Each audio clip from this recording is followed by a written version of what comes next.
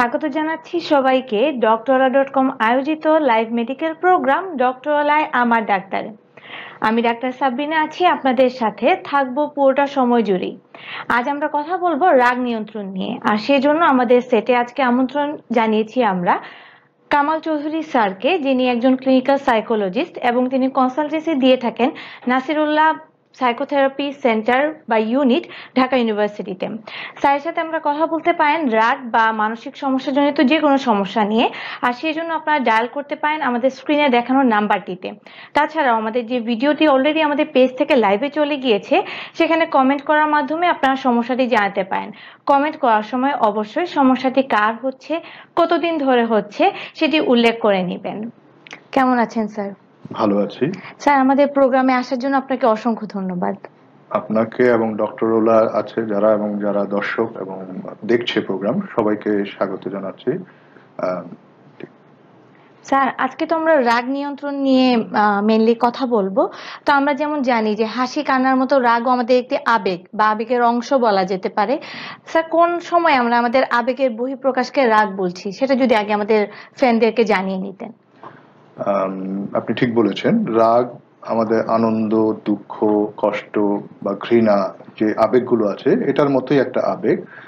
এবং আমরা সাইকোলজিস্টরা বা যারা রাগ নিয়ে কাজ করে তারা এটাকে কিন্তু একটা স্বাভাবিক আবেগই মনে করে। অন্য আর 10টা জিনিস স্বাভাবিক জিনিসের মতোই, যখন কোনো একটা আবেগ অতিরিক্ত হয়ে যায়, আধিক্য হয়ে যায় বা একদম কমে যায়, তখন সেটা নানাভাবে সমস্যা সৃষ্টি করে। সেটা ব্যক্তির জন্য সমস্যা তৈরি হয়, সেটা সমস্যা হতে পারে তার পরিবার, পরিবেশ, কর্মক্ষেত্র সবখানে। ঠিক তেমনি রাগও যদি মানুষের নিয়ন্ত্রণের বাইরে চলে যায়, যখন যে রাগটা বলা হয় যে ধ্বংসাত্মক একটা রাগ, সেটা অবশ্যই একটা ক্ষতিকর। তো সেই ধরনের রাগ থাকলে অবশ্যই ব্যক্তিকে সেই রাগটাকে নিয়ন্ত্রণ করার একটা ব্যবস্থা নিতে হয়।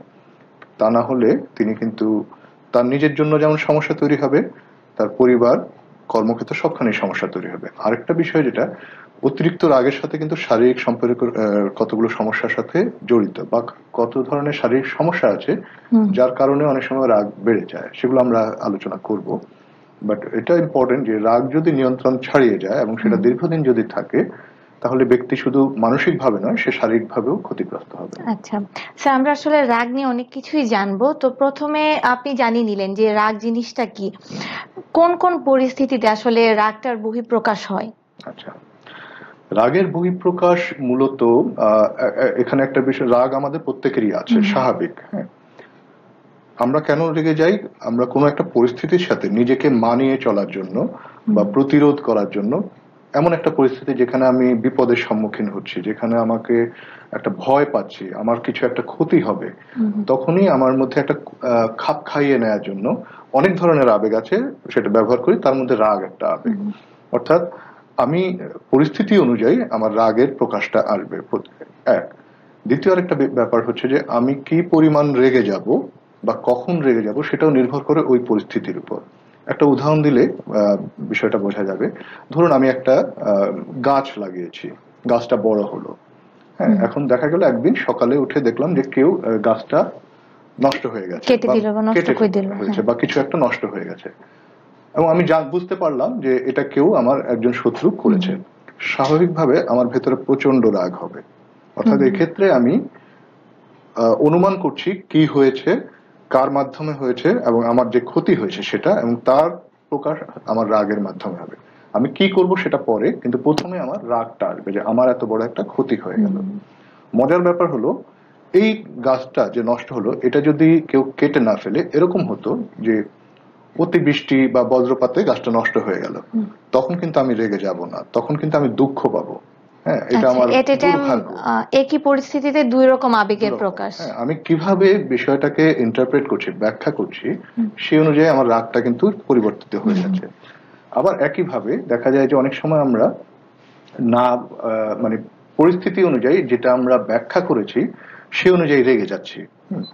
আমি কোথাও যাচ্ছি, আমার খুব প্রিয় বন্ধু, সে আমাকে দেখলো, দেখে কথা বললো না, সে পাশ কাটিয়ে চলে গেল।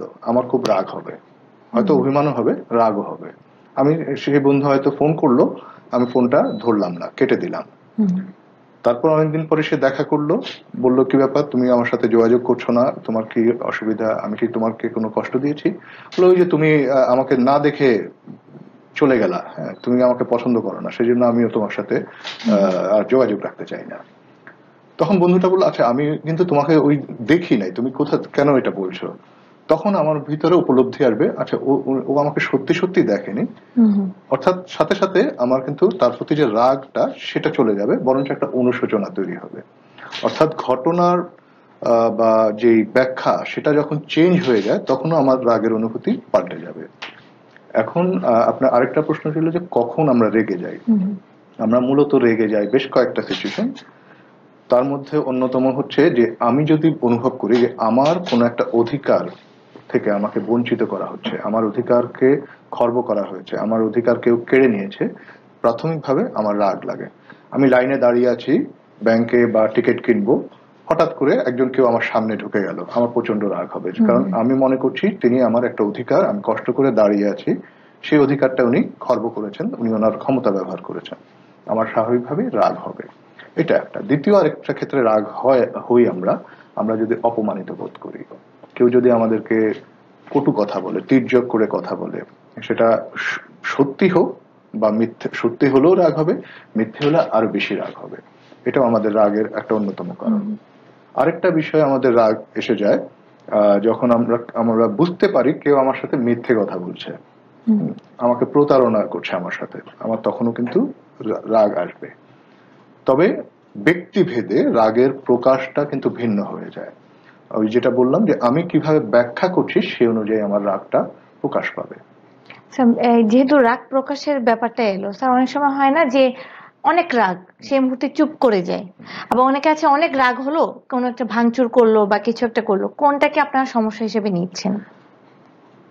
যখন রাগ কেউ চেপে রাখছে সেটাও সমস্যা, আবার রাগ যখন কেউ খুব অতিরিক্ত ভাবে প্রকাশ করছে সেটাও সমস্যা। এখানে একটা ব্যাপার আছে, অনেকে আছেন যে রাগটাকে চেপে রাখেন, কেউ কিছু বললো তিনি রেগে গেলেন কিন্তু প্রকাশ করলেন না।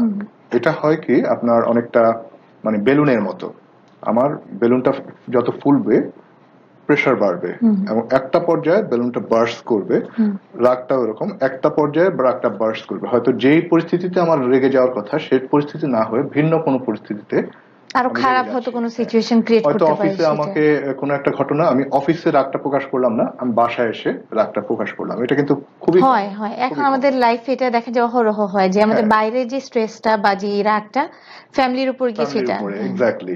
এবং এইসব ক্ষেত্রে কিন্তু আমাদের পরে একটু পরে কিন্তু অনুশোচনা হয় যে কেন এটা করলাম। হ্যাঁ, তো এই রাগগুলো মূলত সম্পর্কের ক্ষেত্রে জটিলতা তৈরি করে। আর যেগুলো অতিরিক্ত রাগ, দেখা যাচ্ছে যে যেটুকু রাগ হওয়ার কথা তার থেকে বেশি রেগে যাচ্ছে এবং রাগের এক পর্যায়ে আমি ভায়োলেন্ট হয়ে যাচ্ছি, আমি হিংসাত্মক হয়ে যাচ্ছি, আমি মানে ভাঙচুর করছি, মারধর করছি, উঠে গিয়ে কাউকে মার লাগিয়ে দিচ্ছি, দ্যাট ইজ অলসো মানে সেটাও কিন্তু খুব ক্ষতিকর। কারণ সেটা নিজের জন্য যেমন ক্ষতিকর, ওর আশেপাশে যারা আছে তাদের জন্য ক্ষতিকর। এবং বেশিরভাগ ক্ষেত্রে অপেক্ষাকৃত নিরীহ যারা তাদের উপরে আমরা চড়াও হয়ে যাই রেগে গেলে, এবং এটা মোটেও সামাজিক ভাবেও জিনিসটা গ্রহণযোগ্য নয়।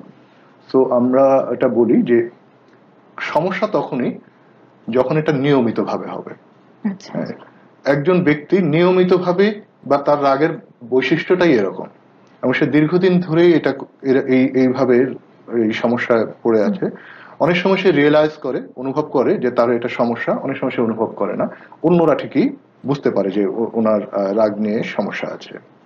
আচ্ছা স্যার, আপনি তো অনেকগুলো পয়েন্ট নিয়ে আসলে আলোচনা করলেন, তো কখন বা কিভাবে আমরা রাগটাকে নিয়ন্ত্রণ করতে পারি? রাগটাকে নিয়ন্ত্রণ করতে হলে আসলে আমরা এখানে অনেকগুলো ব্যাপার আছে। প্রথমে বুঝতে হবে যে আমি আমার রাগকে নিয়ন্ত্রণ করতে চাই কিনা।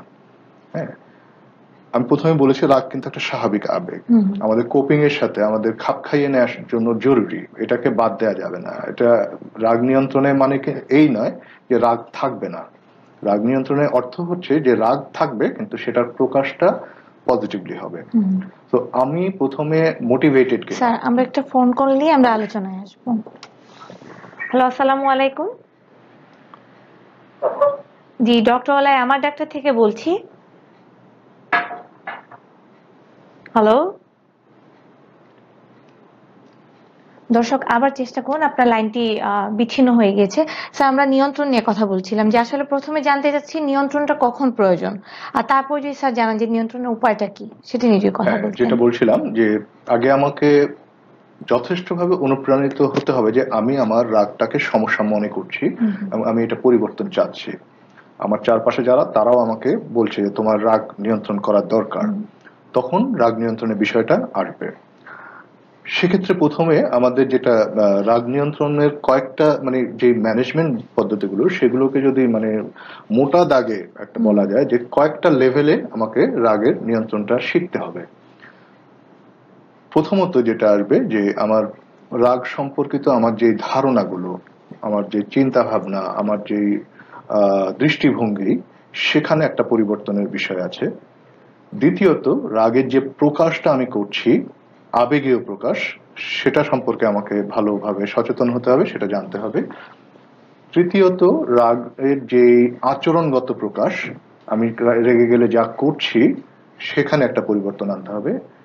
আর পাশাপাশি সামাজিক কতগুলো বিষয় আছে, বাট মোটা দাগে এই তিনটা দিকে, অর্থাৎ আমাকে বুদ্ধিবৃত্তিক ইন্টেলেকচুয়ালি জিনিসটাকে ভাবতে হবে, ইমোশনালি বা সাইকোলজিক্যালি দেখতে হবে, এবং আমার আচরণগত বা বিহেভিয়ার লেভেলে আমাকে কিছু পরিবর্তন আনতে হবে।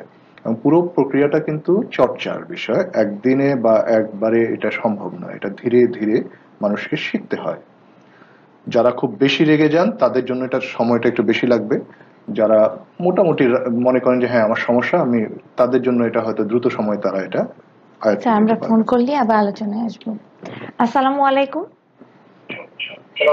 জি, ডক্টর ওলাই আমার ডাক্তার থেকে বলছি। স্যার শুনতে পাচ্ছেন? প্রশ্ন করুন। জি বলুন স্যার, শুনতে পাচ্ছেন? বলুন, শুনতে পাচ্ছি। হ্যালো, হ্যাঁ শুনতে পাচ্ছি, বলুন। স্যার আমি তো অনেক। আসসালামু আলাইকুম। ওয়ালাইকুম আসসালাম। দর্শক, আপনি ডিরেক্ট ফোনের মাধ্যমে কথা বলুন, আপনার ভিডিওটি সাউন্ড কমিয়ে রাখুন। আচ্ছা, আমার নাম আমি কক্সবাজার থেকে বলছি। আমি অনেক সহজে রাগি না, যদি রেগে যায় তাহলে কিন্তু আমি নিজেকে সামলাতে পারি না। কিভাবে সামলানো সম্ভব একটু যদি আমি ঠিক রেগে গেলে নিজেকে সামলাতে পারেন না, সে জানতে চেয়েছেন। আসলে আজকে আলোচনাটা সে বিষয়টা নিয়ে যে আমরা রেগে গেলে নিয়ন্ত্রণ হারিয়ে ফেলি, সেটা আমার আবেগের উপরে হয়, আমার আচরণের উপরে হয়, এবং আমরা হঠাৎ করে কিছু একটা করে ফেলি এবং পরবর্তীতে আমরা একটু স্থির যখন হই তখন আমার মধ্যে একটা অনুশোচনা শুরু হয়ে যায় যে কেন এটা করলাম। তো ওটা নিয়ে আমি আলোচনা করছিলাম যে কিভাবে আমরা এটা ম্যানেজ করতে পারি। সেই আলোচনার শুরুতে বলছিলাম যে আমাদের তিনটা লেভেলে কিন্তু কাজ করতে হবে। আমাদের রাগটা সম্পর্কে একটু বুঝতে হবে যে আমরা কোন পরিস্থিতিতে কখন রেগে যাচ্ছি। অর্থাৎ আপনি একটু হিসাব করে আপনাকে পিছন দিকে তাকিয়ে ভাবতে হবে, আপনি লাস্ট যেদিন খুব রেগে গিয়েছেন সেদিনের কথা মনে করে দেখুন যে কোন পরিস্থিতিতে কি হয়েছিল, তখন কি ঘটনার প্রেক্ষিতে আপনি রেগে গিয়েছিলেন।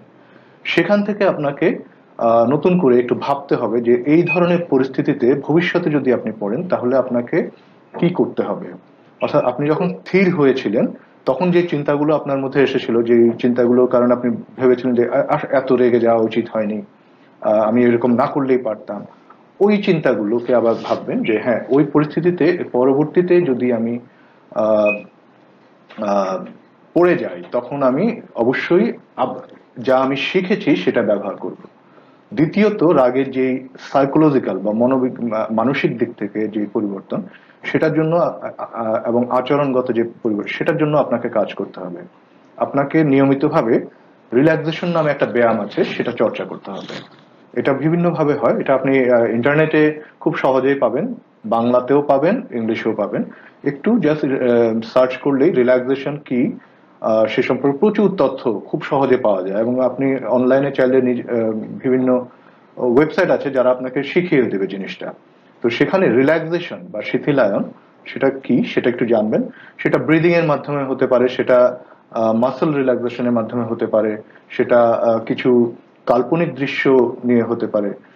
সেই রিল্যাক্সেশনটা নিয়মিতভাবে আপনাকে চর্চা করতে হবে, এটা আপনার সাইকোলজিক্যাল কন্ট্রোলটা এনে দেবে। আর বিহেভিয়ার লেভেলের জন্য আপনাকে এই দুটো যখন মোটামুটি নিয়ন্ত্রণে আসবে, আপনার আচরণের উপরেও এটার একটা ছাপ পড়বে। আপনি ধীরে ধীরে রাগটাকে আরো ভালোভাবে নিয়ন্ত্রণ করতে পারবেন।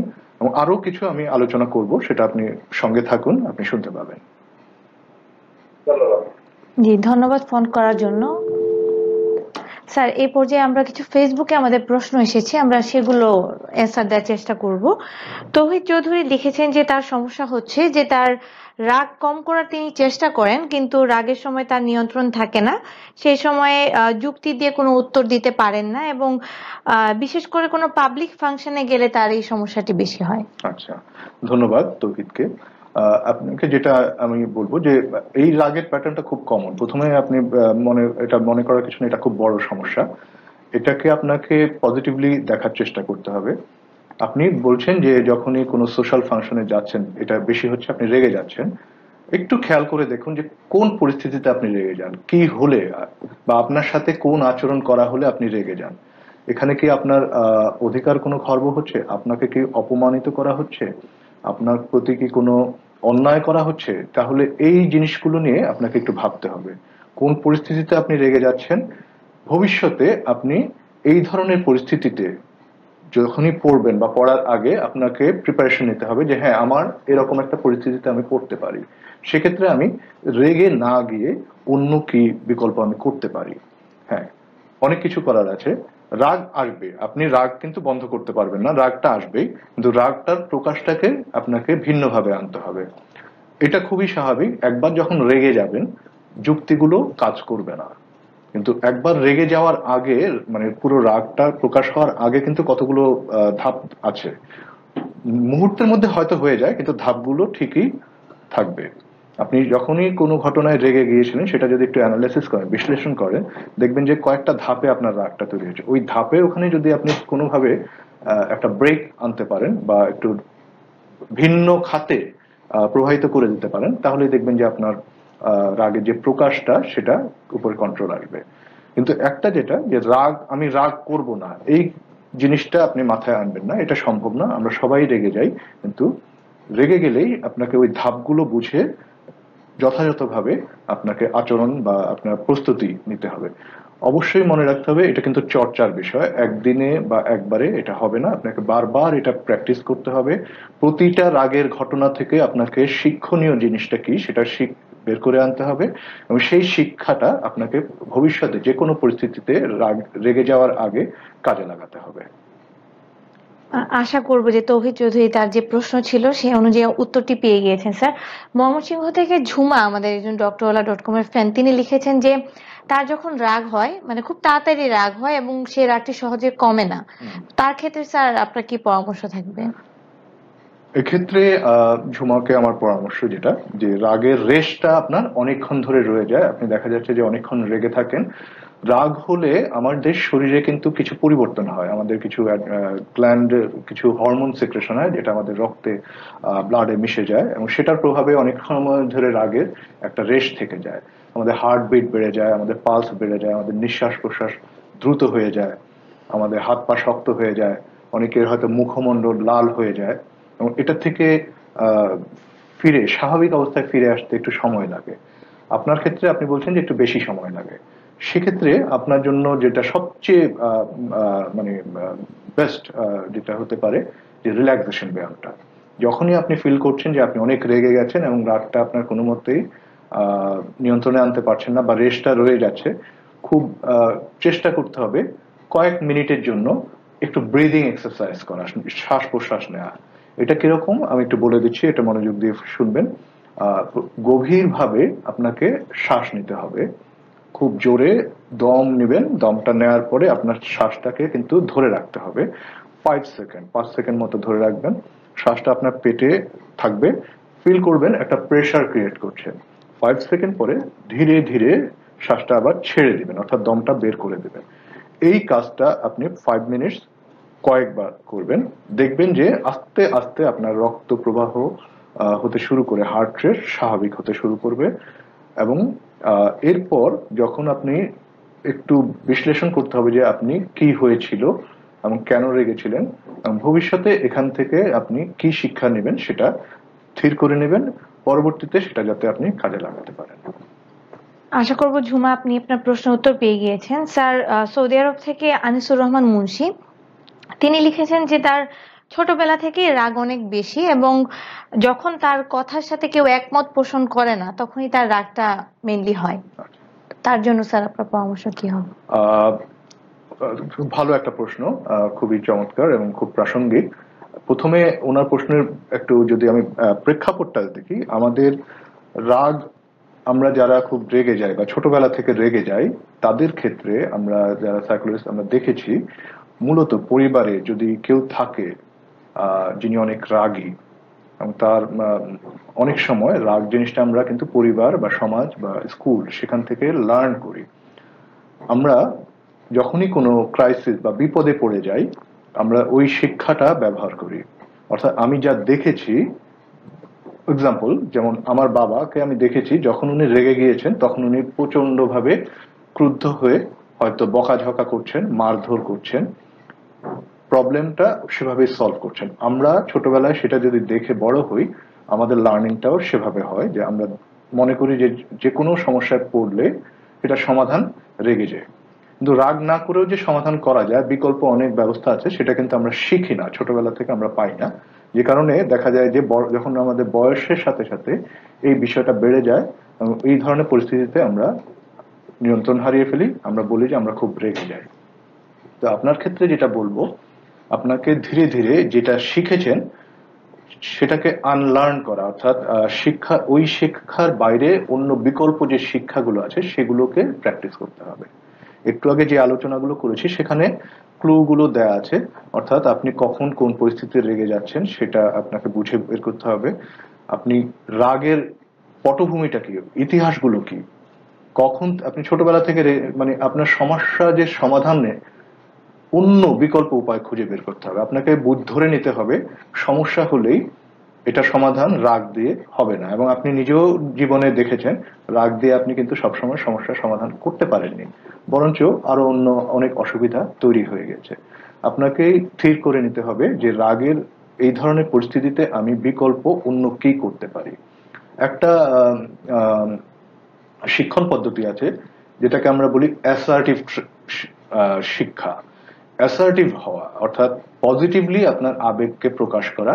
আপনি রেগে গেলেও আপনি কিন্তু সুন্দরভাবে গুছিয়ে কথা বলতে শেখার যে বিষয়টা সেটা ব্যবহার করতে পারেন। আরেকটা বিষয় হলো প্রবলেম সলভিং, অর্থাৎ আপনাকে প্রবলেম সলভিং বা সমস্যা সমাধানগুলো উপায়গুলো জানতে হবে।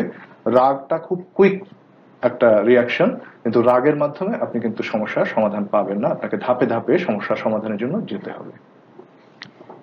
স্যার, আমাদের আরেকজন ডক্টরওয়ালা.com ফ্যান উজ্জ্বল কুমার তিনি লিখেছেন যে তার ইদানিং কালে যে সমস্যাটি হচ্ছে যে তার আশেপাশে সবকিছুই বিরক্ত লাগে এবং তিনি কোনো কাজই তার পছন্দ হচ্ছে না বা কারো উপর তার ভরসাটা তিনি পাচ্ছেন না, সেক্ষেত্রে তিনি কি করতে পারেন? আসলে জীবনে অনেক পরিস্থিতি আসে আমাদের যেখানে আমরা পরিস্থিতির সাথে খাপ খাইয়ে নিতে পারি না। আমার মনে হয় উনি ধরনের কোন একটা পরিস্থিতিতে পড়েছেন যে বর্তমানে উনি কোনো কিছুতেই নিজেকে মিলাতে পারছেন না, উনি খুব রেগে যাচ্ছেন। স্যার, এমনটা কি হয় না যে আমি যার সাথে থাকি বয়সেরও তো একটা চেঞ্জের কারণে তার কাছ থেকে আমার এক্সপেকটেশনটা তো চেঞ্জ হতে পারে। আমি যখন ছোট ছিলাম আমি হয়তো সব কথা শুনতাম, আমি যখন বড় হলাম আমি একটু জাস্টিফাই করে কাজটা করি, যেটি হয়তো আমার অপোজিট যে তার হয়তো পছন্দ নাও হতে পারে, কারণ সে একভাবে দেখেছে, হঠাৎ করে এই পরিবর্তনটা সে অ্যাকসেপ্ট করতে পারছে না। এটাও কিন্তু অনেক সময় রাগের মানে আমার প্রতি অন্যদের রাগের একটা কারণ হয়ে যেতে পারে। হ্যাঁ, এটা অবশ্যই নিজের না, অন্যদের আমার প্রতি রাগের যে প্রকাশ সেখানে সমস্যা। তো এই ধরনের পরিস্থিতিতে বিষয়টা হলো যে আমি যদি অনুভব করি যে আমি আগের মতো পারছি না, আমার সহনশীলতা কমে যাচ্ছে, আমার ধৈর্য কমে যাচ্ছে, আমি অল্পতেই হতাশ হয়ে যাচ্ছি। হতাশা থেকে কিন্তু দুরকম রিয়াকশন হয়, একটা হলো দুঃখ যন্ত্রণা, আরেকটা হলো রাগ। আমি হতাশা থেকে দুঃখ যন্ত্রণা হওয়াটাও সমস্যা, রেগে যাওয়াটাও সমস্যা, এবং সেটা যদি খুব দীর্ঘমেয়াদী হয় অবশ্যই আমরা তাকে বলবো যে তিনি একজন কাউন্সিলরের কাছ থেকে অবশ্যই সহায়তা নেওয়ার জন্য। কাউন্সিলিংটা খুবই জরুরি, কারণ তিনি বর্তমানে এমন একটা পরিস্থিতির মধ্যে দিয়ে যাচ্ছেন তিনি কিন্তু খাপ খাইয়ে নিতে পারছেন না। তার উপর এমন অনেক ধরনের এক্সটার্নাল বহিরাগত অনেক চাপ সৃষ্টি হচ্ছে, যেটাকে উনি ম্যানেজ করতে পারছেন না, যার পরিণতিতে উনি হতাশ হয়ে যাচ্ছেন, ধৈর্য হারিয়ে ফেলছেন, রেগে যাচ্ছেন। আচ্ছা স্যার, তমা লিখেছেন যে তার ছোট ছোট ব্যাপারে রাগ হয় প্রচন্ড, কি করতে পারেন তিনি? যেহেতু উনি সহনশীলতার একটা ঘাটতি ওনার মধ্যে তৈরি হয়েছে, উনি বলেছেন ছোটখাটো ব্যাপারে আগে কিন্তু হতো না, ইদানিং হচ্ছে। তার মানে ইদানিং ওনার জীবনে এমন কোন একটা পরিবর্তন আসছে নেগেটিভ, যেটা উনি খাপ খাইয়ে নিতে পারছে না, সেটারই কিন্তু বহিঃপ্রকাশ সবখানে তৈরি হচ্ছে। ওনাকে সেই বিষয়গুলোকে নিয়ে এক ধরনের বোঝাপড়া তৈরি করে নিতে হবে, যাতে উনি ওনার আগের স্বাভাবিক অবস্থায় ফিরে আসতে পারেন। সেটার জন্যই কিন্তু একজন কাউন্সিলিং এর প্রয়োজন আছে। ওনার প্রবলেম সলভিং বিষয়টা জানতে হবে, কেন কখন রেগে যাচ্ছেন, ওনার ভেতরে যে যন্ত্রণাগুলো তৈরি হচ্ছে, যে কষ্টগুলো উনি নিতে পারছেন না, সেগুলোকে ম্যানেজ করতে হবে। তাহলেই উনি কিন্তু ওনার যে আবেগ, যে আবেগগুলোর জন্য উনি দুশ্চিন্তায় পড়ে গেছেন, সেগুলোকে ম্যানেজ করতে পারবেন। স্যার, তৌহিদ চৌধুরীর একটি প্রশ্ন তো আমরা দিয়েছি, তিনি আরেকটি প্রশ্ন যেটি করেছেন যে তিনি আইটি সফটওয়্যারে বেস কাজ করেন, তো তার ইদানিং যে প্রবলেমটা হচ্ছে যে তিনি লং টার্ম কোনো কিছু মনে রাখতে পারেন না। তার আগে ছিল তার রাগের যে কমপ্লেইনটি ছিল, এখন প্রশ্নটি হচ্ছে যে তার কোনো কিছু মনে থাকছে না লং টার্ম। পাচ্ছেন না, বয়সটা কি উল্লেখ করে? না, বয়সটা উল্লেখ করেনি। আচ্ছা, স্মৃতি বিষয়টা হলো যে অনেক কিছুর উপর নির্ভরশীল। স্বাভাবিক নিয়মে বয়স বাড়ার সাথে সাথে আমাদের স্মৃতির পরিমাণ বা স্মৃতির শক্তির যে ক্ষমতা বা স্মৃতির ক্ষমতা, সেটা একটু ঘাটতি তৈরি হয়। আবার কিছু কিছু শারীরিক রোগও আছে যেখানে স্মৃতি ঘাটতি বা স্মৃতি ভ্রম তৈরি হয়, ডিমেনশিয়া যেগুলো আছে, তো সেগুলো হয়তো বয়সের সাথে সম্পর্কিত। দ্বিতীয় আরেকটা হলো যে অনেক সময় অনেক ধরনের মাদকের প্রভাবে কিন্তু স্মৃতি সমস্যা হতে পারে, সেটা নির্ভর, যেহেতু আমরা জানি না, সেগুলো কিন্তু টেম্পোরারি। দ্বিতীয়ত, মানুষ যদি অনেক বেশি জব প্রেসারে থাকে, ওয়ার্কলোড বেশি থাকে, অনেক কাজ তাকে অনেক অল্প সময়ের মধ্যে ম্যানেজ করতে হচ্ছে এবং দীর্ঘদিন সেটা করছে, তাহলেও ওনার কিন্তু সাময়িক একটা স্মৃতির উপর প্রভাব পড়ে। স্মৃতি যদি উনি এই টেম্পোরারি বিষয়টা হয়, তাহলে ওনাকে অবশ্যই রিল্যাক্সেশন ব্যায়ামটা নিয়মিতভাবে চর্চা করতে হবে। উনি যেহেতু আইটি প্রফেশনাল, উনি খুব সহজেই ওয়েবসাইট থেকে রিল্যাক্সেশন সংক্রান্ত বিভিন্ন তথ্যগুলো পাবেন।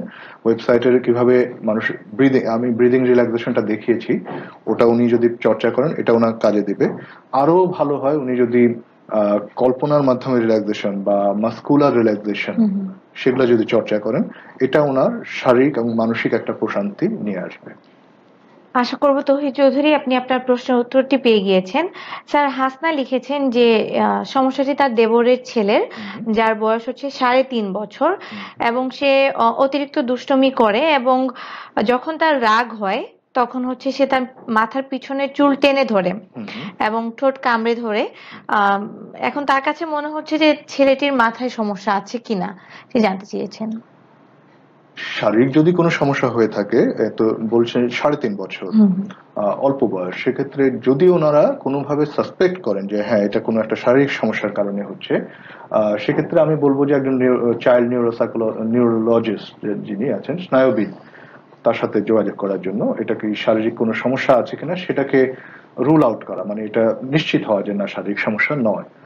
যদি সেটা দেখা যায় শারীরিক সমস্যা নয়, সেক্ষেত্রে আমি মনে করি যে প্রথমেই দেখতে হবে যে ওই শিশুটি যখনই কোনো কিছু চাচ্ছে বা শিশুটি যখন অনাকাঙ্ক্ষিত কোনো আচরণ করছে, তার সাথে কি আচরণ করা হচ্ছে, তার বাবা কি আচরণ করছে, মা কি আচরণ করছে। অনেক সময় আমরা শিশুর অনাকাঙ্ক্ষিত আচরণ হলে তার প্রতি রেগে যাই, খুব কমন। অনেক বাবা মাকে দেখেছি যে শিশুকে একটা চট দিয়ে দিচ্ছে, একটা মার দিচ্ছে, খুব খারাপ ভাবে ক্রুদ্ধ ভাষায় কথা বলছে, ধাক্কা দিচ্ছে, বিছানা থেকে ধাক্কা দিচ্ছে বা গলা ধাক্কা দিয়ে সরিয়ে দিচ্ছে। এগুলো কিন্তু খুবই হার্মফুল। তাকে মানসিকভাবে দুর্বল করে দেবে, তার আত্মবিশ্বাস হতে শুরু করে সবকিছুর, ব্যক্তিত্ব সবখানে একটা ছাপ ফেলবে। দ্বিতীয় যেটা আরো বেশি লং টার্ম, সেটা হলো সে কিন্তু ওটাই শিখবে। হ্যাঁ, সে সেটাই শিখবে যে কেউ যদি ভুল করে তাকে শারীরিকভাবে আঘাত করতে হয়, তাকে খারাপ কিছু বলতে হয়, তাকে খারাপ কথা বলতে হয়। দেখুন, সে কিন্তু শিশু, সে শারীরিকভাবে আরেকজনকে আঘাত করতে সহজে পারবে না, কারণ সে জানে তার শক্তি কম। কাজেই সে কি করছে, সে নিজেকে আঘাত করছে। কিন্তু যখন সে একটু বড় হবে, তখন সে কিন্তু নিজেকে না অন্যদেরকেই আঘাত করবে, কারণ সে সেটাই শিখেছে। সেক্ষেত্রে আমি বলবো যে বাবা মাকে একটু সচেতন হতে হবে যে বাবা মা শিশুর প্রতি রেগে গেলে যে আচরণটা করছেন, শিশু কিন্তু বড় হয়ে সে আচরণটাই করবে বা এখন থেকে সে আচরণটাই শিখছে। অর্থাৎ বাবা মাকে কিন্তু শিশুকে সঠিক আচরণটা শেখাতে হবে। তার মানে তো স্যার, যদি পরিবারে কারো রাগ রিলেটেড কোনো প্রবলেম থাকে, সেটা নিয়ন্ত্রণ জরুরি তার পরিবারের সদস্যদের উপকারের জন্যই। উপকারের জন্য, কারণ শিশুরা কিন্তু তার কাছ থেকে শিখবে। এবং বেশিরভাগ ক্ষেত্রে কিন্তু আমরা রাগের যে বিহেভিয়ারাল যে প্রকারটা, এটা কিন্তু আমরা শিখে আসি। হ্যাঁ, রাগ হলে যে ভিন্নভাবে আচরণ করা যায় সেটা আমরা কিন্তু শিখি না, বরঞ্চ আমরা এটাই বেশি শিখি, রাগ হলে একটা চট দিয়ে দিতে হয়, একটা বকা দিয়ে দিতে হয়, একটা খারাপ কিছু বলতে হয়। রাগের একটা ভিন্ন ভাবে সুন্দরভাবে মানে রেগে যাওয়ার আগেও যে অনেক কিছু করা যায়, সেই জিনিসটা আমরা অনেক সময় শিখি না। স্যার, রুমানা লিখেছেন যে তার যখন রাগ হয় তার কান্না পায় অথবা তিনি কথা বলতে পারেন না, সেক্ষেত্রে তিনি কি করতে পারেন? স্বাভাবিক, রাগের একটা স্বাভাবিক বহিঃপ্রকাশ। রাগ হলেই যেটা হয়, আমাদের নার্ভাস সিস্টেমে অনেক ধরনের রিয়াকশন হয়, এক একজন এক একভাবে প্রকাশ হয়। কেউ যেটা বললাম যে রাগের প্রকাশ হতাশার মাধ্যমেও হতে পারে, আবার ক্রুদ্ধ হয়ে যাওয়া সেটার মধ্যে হতে পারে। ওনার প্রকাশটা উনি কান্না, হ্যাঁ, উনি অন্য আর কিছু পারছেন না, কান্নাকাটি করছেন, অথবা কথা বলতে পারছেন না। কারণ রাগ হলে যেই আমাদের শরীরে যে বায়োলজিক্যাল চেঞ্জ গুলো, তারই একটা হচ্ছে যে কথা বলতে না পারা, হাত পা শক্ত হয়ে যাওয়া, সেগুলো।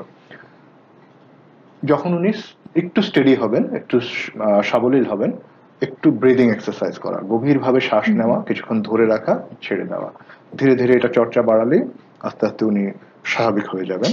আবার যে প্রাথমিকভাবে যে যখনই রেগে যাচ্ছেন সেই প্রকাশটা, সেই চিন্তা ভাবনাগুলো করা, সেই সেখান থেকে কিছু শেখা।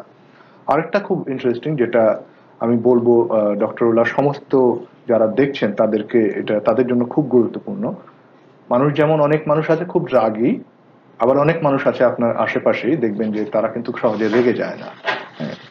আপনি তাদের সাথে কথা বলে দেখতে পারেন যে তারা রেগে গেলে কি করে, তারা কেন অন্য আর 10 জনের মতো রেগে যাচ্ছে না। আপনি দেখবেন যে তারা কিন্তু কতগুলো স্ট্র্যাটেজি ব্যবহার করে, তারা প্রবলেম সলভিং ব্যবহার করে, তারা আগের ঘটনা থেকে যে শিক্ষাটা পেয়েছিল সেই শিক্ষাটা ব্যবহার করে।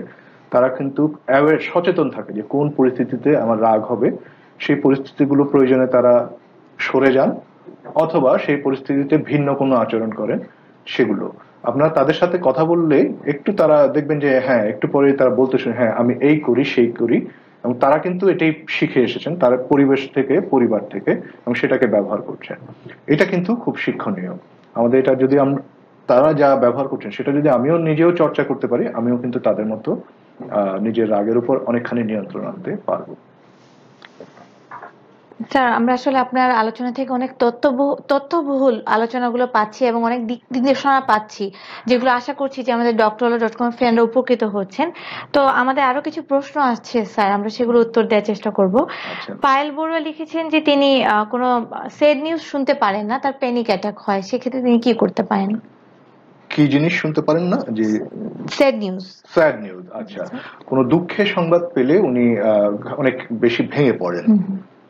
উনি বলছেন যে প্যানিক অ্যাটাক। প্যানিক অ্যাটাক কিনা সেটা বোঝার জন্য আসলে আরো কিছু আমাদের জানার দরকার। প্যানিক অ্যাটাক বলতে অনেক কিছু আছে, বাট অনেকে আছেন দুঃখের জিনিস নিলেই অনেক বেশি ভেঙে পড়েন। এটা আমাদের বলা যায় যে ব্যক্তিত্বের বা মানে আমরা কিভাবে ঘটনার সাথে রিয়াক্ট করি তার একটা বিষয়। কেউ কেউ আছেন খুব সাবলীল ভাবে নেই, কেউ কেউ সাবলীল ভাবে পারি না। এর কারণ হচ্ছে আমরা এর আগে কি শিক্ষা পেয়েছি, কিভাবে লার্ন করেছি, আমরা আমাদের বড়দেরকে কিভাবে এই ধরনের সিচুয়েশনে দেখেছি, সেটা। পাশাপাশি আমি মানসিকভাবে নিজে কতখানি ব্যালেন্স আছি সেটার উপর নির্ভর করে। আপনি যদি মানসিকভাবে স্বাচ্ছন্দ্য একটা অবস্থায় নিজেকে নিয়ে যেতে পারেন, ধীরে ধীরে আপনার এই আবেগের গুলোর উপর নিয়ন্ত্রণ আসবে। একটা যেটা খুব গুরুত্বপূর্ণ, যে যেই সমস্যা বা যে সিচুয়েশনে এই ঘটনাগুলো হচ্ছে, ভেঙে পড়বেন ঠিক আছে, কিন্তু ভেঙে পড়ার পর সেখান থেকে একটু ভাবার চেষ্টা করুন যে কি হয়েছিল, কেন আপনার মনে এই হতাশাগুলো তৈরি হয়েছিল, কি ভেবেছিলেন আপনি। সেই ভাবনা চিন্তাগুলোকে আরেকবার যদি অ্যানালিসিস করেন, বিশ্লেষণ করেন, এবং অন্য আর কি কি করা যেত, কিভাবে আপনি দেখতে পারতেন, সেটা যদি চিন্তা ভাবনা করেন, সেখান থেকে আপনি শেখার কিছু পাবেন। আর ভালো হয় এই ধরনের পরিস্থিতিতে আপনি যদি নিজেকে আরো ভালো, নিজের মানসিক ভারসাম্যতা যদি আরো বজায় রাখতে চান, অবশ্যই একজন সাইকোলজিস্ট বা কাউন্সিলরের সাথে কথা বলতে পারেন, তিনি কিন্তু আপনাকে খুব ভালোভাবে সাহায্য করবেন। জি স্যার। নুরুল ইসলাম স্যার লিখেছেন যে তার যখন রাগ হয় আর তিনি উচ্চ স্বরে যারা কথা বলেন সেটি তিনি টলারেট করতে পারেন না। বোঝা যাচ্ছে যে উচ্চস্বরে কথা বলাটা কিন্তু রাগের একটা প্রকাশ, হ্যাঁ, আচরণগত প্রকাশ। এবং উচ্চস্বরে কথা আমরা বলি যখন, তখন কিন্তু আমাদের সেই যুক্তি বা এগুলো কাজ করে না। এটা আপনাকে চর্চা করতে হবে। প্রথমত আপনি লাস্ট যেই সময়গুলোতে রেগে গেছেন একটু খেয়াল করে দেখুন আপনি উচ্চস্বরে কি কথাগুলো বলেছেন। একটু প্রয়োজনে লিখে রাখতে পারেন যে হ্যাঁ আমি এই কথাগুলো বলেছি। এই কথাগুলো আপনি একটু পজিটিভলি বলার চেষ্টা করেন যে হ্যাঁ আমি খুব বকা দিয়েছি। বকাটা আপনি খুব হয়তো কর্কশ শব্দে বা কিছু খারাপ শব্দ ব্যবহার করেছেন, সেই শব্দগুলোকে বর্জন করে অন্য কিভাবে বলা যায় সেটা দরকার হলে মানে একা একা নিজে বলার চেষ্টা করুন। একা একা নিরিবিলি আছেন, কেউ আপনার কথা শুনছে না, অর্থাৎ মানে নাটকের রিহার্সালের মতো, যে আমি উচ্চ স্বরে না বলে স্বাভাবিক স্বরে বা একটু জোরে কথাগুলো বলবো। এবং এটা মাথায় রাখতে হবে যে এরপরে যখনই এই ধরনের ঘটনা হবে আমি রাগ উঠবে, রাগটাকে কিন্তু আমি বলবো এভাবেই বলবো। তাহলে দেখবেন আস্তে আস্তে আপনি কিন্তু এই আচরণটার উপরে নিয়ন্ত্রণ আনতে পারবেন। আর অবশ্যই ব্রিদিং রিল্যাক্সেশন এটা প্র্যাকটিস করবেন। রেগে যাচ্ছেন যখনই বা রেগে যাওয়ার আগের সিচুয়েশন গুলোতে একটু ব্রিদিং করে নিলে দেখবেন যে রাগের উপর আপনার নিয়ন্ত্রণ অনেক ভালো থাকবে। আচ্ছা স্যার, আমরা প্রায় অনুষ্ঠানের শেষ পর্যায়ে চলে এসেছি। আমরা আরেকটি প্রশ্ন নিয়ে আমাদের প্রোগ্রামের সমাপ্তি ঘোষণা করব। রবিউল লিখেছেন যে তিনি উত্তরা ঢাকায় থাকেন, তার রাগ খুব বেশি, কিন্তু অবশ্যই রাগ করার মতো যথেষ্ট কারণ না থাকলে তিনি রাগ করেন না। এখন তার জন্য কি কোনো পরামর্শ আছে কিনা? কেননা মানে যখন তিনি রাগ করেন সেটার একটি কারণ থাকে, এবং যখন রাগ হয় তিনি প্রচন্ড উত্তেজিত হয়ে যান অথবা তিনি নিশ্চুপ থাকেন। ওকে, খুব ভালো একটা প্রশ্ন। আমরা প্রথম থেকে যে আলোচনাগুলো করেছি আপনি যদি পরে আবার ব্যাক করে দেখতে পারেন আপনার প্রশ্নের উত্তর ওখানে আপনি পেয়ে যাবেন। তাও আবার বলছি, রাগ কিন্তু স্বাভাবিক, আমাদের রাগ আসবেই। আমরা কিন্তু চাইলেই রাগ বন্ধ করতে পারবো না। আমাদের যেমন আনন্দ আসবে, দুঃখ আসবে, রাগও আসবে, কিন্তু সেটা যদি যৌক্তিক হয় সেটা ঠিক আছে। প্রকাশটা সেখানে আপনার ভারসাম্য আনতে হবে। আপনি রেগে গিয়ে নিজের ক্ষতি করছেন বা অন্যের ক্ষতি করছেন, সেটা ক্ষতিকর। আপনি রেগে গিয়ে যদি নিশ্চুপ থাকেন সেটা খুব বেশি দিন আপনি পারবেন না, কোনো এক স্বপ্ন এটা বার্স্ট করবে। তার থেকে যার উপরে বা যে বিষয়ে আপনি রেগেছেন তার সাথে যখন আপনি রাগ থাকবে না কথা বলে নেই। হ্যাঁ তুমি জানো তুমি ওই দিন এটা করেছিলে, আমার খুব রাগ উঠেছিল। হ্যাঁ, আরেকটা যেটা, রেগে গেলে যদি দাঁড়িয়ে থাকেন একটু বলবেন, একটু পানি খাবেন, একটু কয়েক সেকেন্ড একটু নিজেকে স্থির রাখবেন, গভীরভাবে শ্বাস নেবেন। এগুলো ইমিডিয়েটলি আপনার শারীরিক যে রিয়াকশন গুলো হচ্ছে সেটার উপর প্রভাব রাখবে। আপনি দেখবেন যে খুব বেশি উত্তেজিত হওয়ার আগে নিজের একটা চেক করা, কন্ট্রোল করা শিখে যাবেন। আর অবশ্যই রিল্যাক্সেশনটা সেটা প্র্যাকটিস করবেন। ব্রিদিং রিল্যাক্সেশনটা খুব হেল্প করে। হ্যাঁ, সেটা আপনি ইন্টারনেটে বা একটু আগে আমি বলেছি সেখান থেকেও দেখে নিতে পারেন। ধন্যবাদ স্যার। আমরা আসলে অনেক বিষয় নিয়েই কথা বলেছি, তো প্রোগ্রামের একেবারে শেষ পর্যায়ে আমরা চলে এসেছি। এই পর্যায়ে আমাদের ডক্টরা.কম ফ্যানদের উদ্দেশ্যে, যদি একজন ডক্টরা.কম ফ্যানের প্রশ্নও ছিল যে প্রেগনেন্সি কালীন সময় অনেকের কিন্তু মেজাজ খারাপ হয় বা বিষণ্ণতা কাজ করে, রাগ হয়, এই সময়টা রাগ নিয়ন্ত্রণ কিভাবে করবে এটা বলার মাধ্যমে যদি আপনি আজকে আমাদের প্রেগন্যান্সি একটা ক্রিটিক্যাল সময়। সেই সময় হরমোনাল অনেক ধরনের পরিবর্তন আসে। বিরক্ত হয়ে যাওয়া, সহনশীলতা কমে যাওয়া, হতাশ হয়ে যাওয়া, এগুলো তো আছে। পারিপার্শ্বিক কিরকম সাপোর্ট পাচ্ছে সেটাও কিন্তু নির্ভরশীল। একজন প্রেগন্যান্ট মাদার অবশ্যই তাকে রেগে যেতে পারেন, কিন্তু ওনাকে নিয়মিতভাবে রিল্যাক্সেশনটা চর্চা করার দরকার। আর ওনার পরিবারের অবশ্যই খেয়াল রাখতে হবে উনি কিন্তু খুব স্বাভাবিক আবেগে এই সময় নেই। ওনার ভিতরে অনেক ধরনের হরমোনাল চেঞ্জ হচ্ছে। ওনার নতুন যে পরিবর্তনগুলো সেগুলোর সাথে কন্টিনিউয়াসলি খাপ খাইয়ে নিতে হচ্ছে। উনি শারীরিকভাবে অনেক ধরনের অস্বস্তি বা যন্ত্রণায় আছেন। স্বাভাবিকভাবে ওনার কিন্তু স্বাভাবিক আবেগ এই সময় এক্সপেক্ট করা ঠিক নয়। অবশ্যই পরিবারের সদস্যদের সহযোগিতা এবং সহানুভূতি লাগবে। ওনার রাগটাকে খুব, ওনাকে ভিক্টিমাইজ না করা, তুমি খারাপ বা এগুলো না করা, বরঞ্চ সাপোর্টিভলি দেখা, সেই চেষ্টাটা করতে হবে। ধন্যবাদ স্যার আপনার মূল্যবান সময় আমাদেরকে দেওয়ার জন্য। আপনাকেও ধন্যবাদ, এবং যারা দেখেছেন বা শুনছেন তাদের সকলকে আমার পক্ষ থেকে ধন্যবাদ। আজকে আমাদের প্রোগ্রাম এখানেই শেষ। এ পর্যায়ে আপনাদেরকে জানিয়ে রাখি যে আজকে আমরা রাগ নিয়ন্ত্রণ নিয়ে কথা বলেছি এবং সেজন্য আমাদের সেটে আজকে ছিলেন কামাল চৌধুরী স্যার, যিনি একজন ক্লিনিক্যাল সাইকোলজিস্ট এবং তিনি কনসালটেন্সি দিয়ে থাকেন নাসিরুল্লাহ সাইকোথেরাপি ইউনিট, ঢাকা ইউনিভার্সিটিতে।